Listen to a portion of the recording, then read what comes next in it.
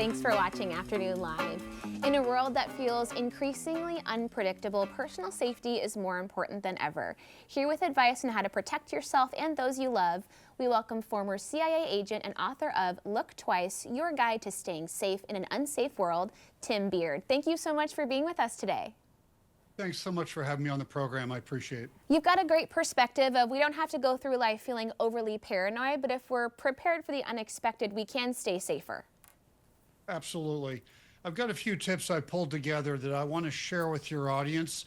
There's so many things that folks can do. The first one is I want folks to be aware. Got to be in the moment. Some of the stuff, it's very, very simple, and people may say, I already know this. Well, the thing is, you see people walking down the street all the time and they have their face buried in their phone. When you're exposed on the street, it's really important that you put your phone away so that you maintain your awareness and maintain what's going on around you. You got to be in the moment. Same thing with earbuds, headphones. You got to take them off while you're out on the street. But people want to use their phone. They want to use their headphones, their earbuds, not a problem. Tuck into a coffee shop, go into a grocery store, if you're walking by a hospital, drop into a hospital, what I'll call a hard point. That's a place where you're physically separated from an adversary who may want to cause you harm. You can put your back to a wall, and you can use your phone as much as you want, because then you're protected and you're around other people who can help you if you need. That'd be my first tip. That's a great point. And then tell me about establishing a baseline for what's normal, what's typical. What does that look like? Sure.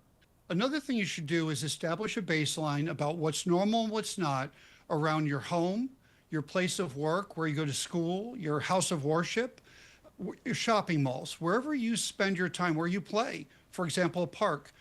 The places where you spend your time, you want to be in the moment. You want to know what is normal and what's not. And when something starts to deviate from that baseline, then it warrants further attention, further investigation. If it's too weird, it's time to leave right now. You mitigate risk by getting away from the problems and not exposing yourself to the problem. But you got to know what's normal and not right from the beginning. Yeah, keep it simple and you have an easy signal that it's time to exit when it's necessary. What about preparation and planning? What are the things that we should be ready for? Preparation and planning. Think in your head, you basically have a little hard drive. And what you're going to do is before something happens, you want to prepare in advance. You want to have that difficult conversation with yourself. If this happens, what am I going to do? And then you write that information to the hard drive in your head. So you've thought through it while you're clear in mind, while you don't have adrenaline rushing through your system, which will cause confusion. It causes you not to make the best decisions. It causes your hands to shake. It causes you to lose fine motor skills. So you plan in advance, you write to the hard drive in your brain, and then when something happens, that's what you're going to fall back on. If there's nothing there, the chances of you freezing or going into shock go way up. So think through in advance, and we'll call it the 3 or 4 most probable things that you might face in a situation.